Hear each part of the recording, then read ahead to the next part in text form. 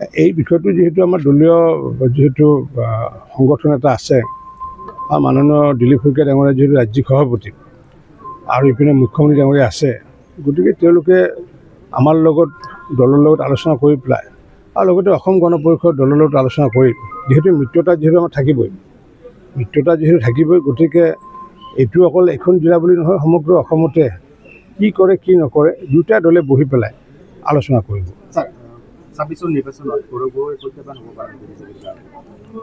আমাৰতো ব্যক্তি বুলি কোনো কথাই নাই, আমিতো ব্যক্তিৰ কনচেপ্টটোৱে নামানো আমি। কাৰণ কিয়, এতিয়া মই যেতিয়া সভাপতি আছিলোঁ, দুবাৰকৈ সভাপতি আছিলোঁ, আমাৰ 42 লাখ আমাৰ সদস্য হৈছিলে।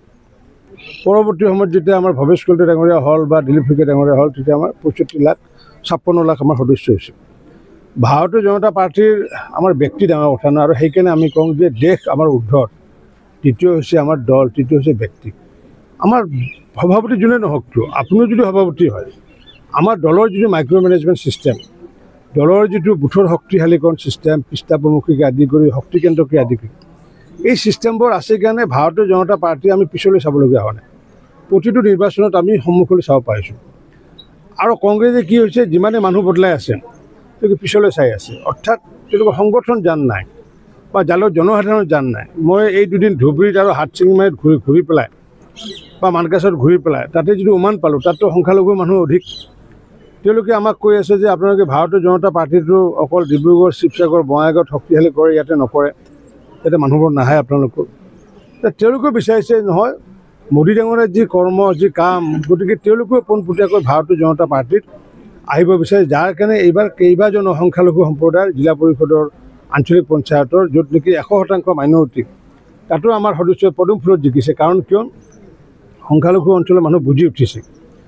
পূৰ্বতে মই কৈছিলোঁ যে কংগ্ৰেছ আছে, চাউথ চালমাৰত আছে, মানকাছাৰত আছে, ধুবুৰীত আছে, কিন্তু এতিয়া মই বুজিছোঁ যে আগন্তুক দিনত চাউথ চালমাৰাই হওক বা বৰপেটাই হওক বা সৃজনগামতে হওক, এইবোৰ অঞ্চলতো আমাৰ মানে কংগ্ৰেছ নাথাকিব। আৰু মইতো ভাবোঁ, বহুতে কয় যে আমাৰ বঙাইগাঁও জিলাৰ যে দুটা সমষ্টি আমাৰ কাৰণে বুলি কয়, এটা হৈছে বঙাইগাঁও, এটা হৈছে অভাৰপুৰী, মিত্ৰজোঁটৰ কাৰণে কয়। কিন্তু মই এই কথাষাৰ ক'লোঁ যে বঙাইগাঁও জিলাৰ আগন্তুক দিনত তিনিওটাই মিত্ৰজোঁটত থাকিব। সৃজনগাম যিটো সমষ্টি, য'ত নেকি ধৰ্মীয় সংখ্যালঘু মানুহ প্ৰায় 80%তকৈ অধিক, সেই সৃজনগামতো আগন্তুক দিনত মই নিজে ইয়াতে তদাৰক কৰিম। আগন্তুক দিনত ভাৰতীয় জনতা পাৰ্টী বা অসম গণ পৰিষদৰ ইয়াতে বিধায়ক জিকি আহিব এই সৃজনগামৰ পৰা। আজি ভৱিষ্যতবাণী কৰিলোঁ আপোনালোকক।